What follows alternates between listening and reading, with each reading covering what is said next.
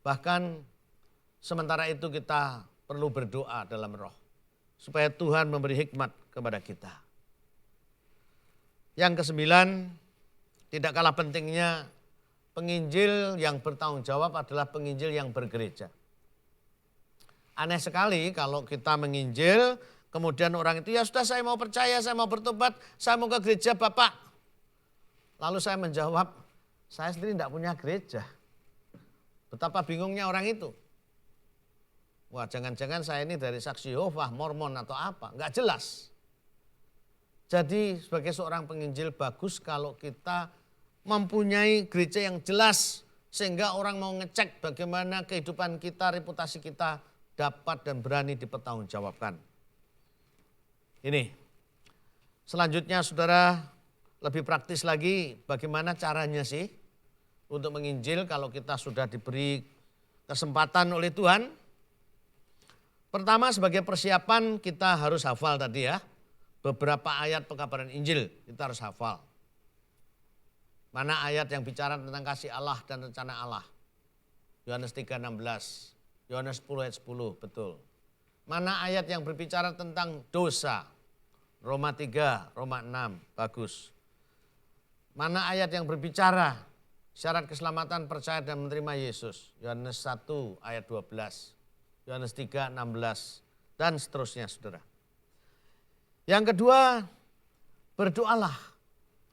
Di samping mengumpulkan data siapa yang akan saya injili, saudara berdoa. Doakan data tersebut, mungkin itu pacarmu, mungkin itu orang tuamu, mertuamu, tetanggamu, dosenmu, siapa. Kamu catat, kamu doakan. Kalau perlu catat tanggal kamu mulai berdoa dan kapan nanti Tuhan kabulkan doamu itu. Ini sangat menarik. Saya sangat terkesan dengan suatu doa yang sekaligus merupakan suatu lagu. Leads me to some soul today. Sudah di-Indonesiakan, lagunya begini. Pimpinlah niat hamba membawa jiwa padamu. Banyak yang dalam dosa sesat terbelenggu. Pimpinlah hidup hamba, kabarkan Injilmu. Mempersembahkan jiwa satu demi satu. Terjemahan bahasa Indonesia kurang tepat. Bahasa Inggrisnya pendek tapi lebih lengkap. Lead me to some souls today. Nah, saya senang kalimat yang pertama ini.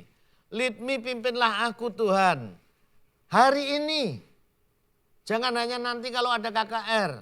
Hari ini, lead me to some souls today. Dan bukan hanya satu jiwa saja. Tetapi some souls. Oh, betapa akan terjadi perubahan yang luar biasa di gereja saudara. Kalau setiap anggota jemaat mau menyanyi berdoa seperti ini. Lead me to some souls today. Yang ketiga, kalau sudah bertemu atau ditemukan, apapun metodenya, berbicaralah dengan wajar dan menyenangkan supaya betah, supaya orang tahan. Biasanya untuk serius kalau saya tahu orang itu sibuk, saya minta maaf dahulu. Maaf Pak, Bapak ada waktu kira-kira 5-10 menit saya mau bicara sesuatu. Dan biasanya bos sekalipun kalau kita minta waktu cuma 5-10 menit, dia mengizinkan. Nah kita harus serius menggunakan waktu itu. Jadi kita bicara yang wajar, menyenangkan. Maksud saya wajar artinya gak usah teriak-teriak. Maksud saya wajar gak usah dibesar-besarkan, bergetar, pakai vibrasi. Supaya meyakinkan orang ini urapan Roh Kudus, gak usah lah. Kalau saudara humoris, ngomonglah sebagai orang humoris begitu. Ya, bukan munafik, wajar saja yang menyenangkan. Seperti kalau saudara cerita nonton film atau memberitakan peristiwa yang menarik. Ya seperti itu saudara. Yang keempat, hilangkan rasa takut dan malu. Nah ini yang paling menghambat bagi kita untuk menginjil, untuk bersaksi. yaitu rasa malu dan takut. Bagaimana cara mengatasinya? Kembali kepada Kisah Rasul 1 ayat 8 tadi, kita membutuhkan kuasa Roh Kudus. Kalau Roh Kudus turun atas kita, rasa malu itu dengan sendirinya hilang. Kita bisa diberi suatu keberanian yang luar biasa oleh Roh Kudus. Efesus 5 ayat 5 sampai 8 kalau sudah baca, dikatakan apa? Janganlah kamu mabuk oleh anggur, oleh alkohol, melainkan dipenuhi Roh Kudus. Nah, mengapa dipenuhi Roh Kudus dibandingkan dengan orang mabuk? Mengapa? Atau pertanyaan saya balik. Dari mana saudara tahu kalau si A itu mabuk? Dari mana? Ya, saudara bisa mungkin dari gayanya jalan, ya. Apalagi mungkin bisa dari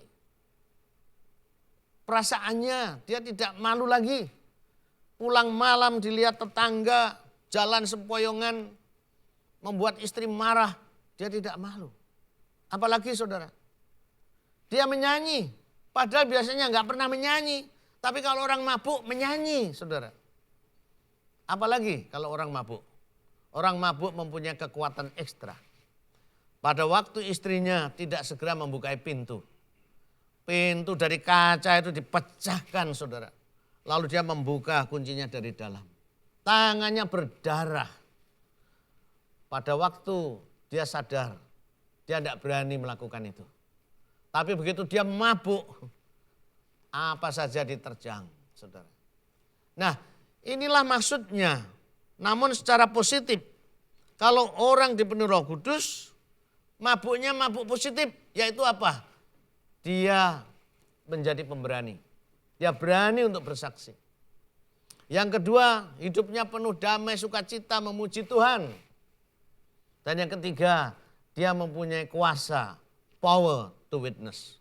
Dikatakan apabila Roh Kudus turun ke atas kamu, maka kamu akan boleh kuasa untuk bersaksi.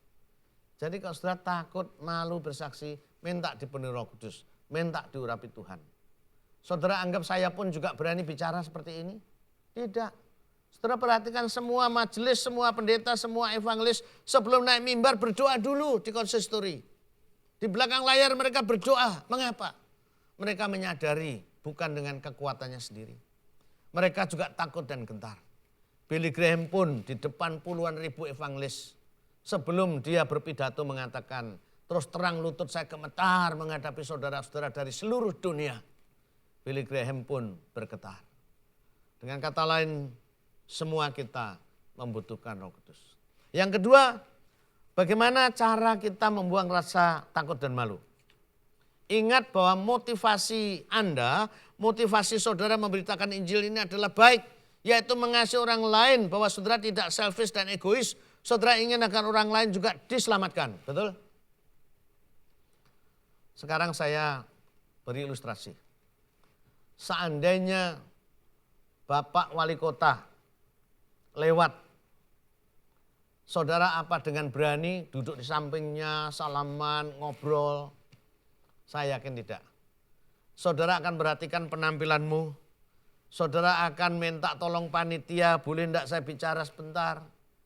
Saudara enggak berani bicara berteriak.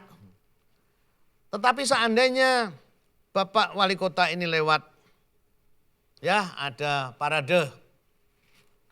Lalu persis saudara yang ada di samping jalan, di samping beliau ini tahu bahwa 1 meter di depan ada jalan yang berlubang. Karena ada selokan yang tutupnya hilang. Nah persis Bapak Wali Kota ini akan terjerumus ke situ. Kalau saudara di sebelahnya, saudara lakukan apa? Semua orang, waduh terbuai, mengangkat tangan, melihat beliau. Tapi kamulah yang tadi agak malu-malu melihat bahwa 1 meter lagi beliau terjerumus.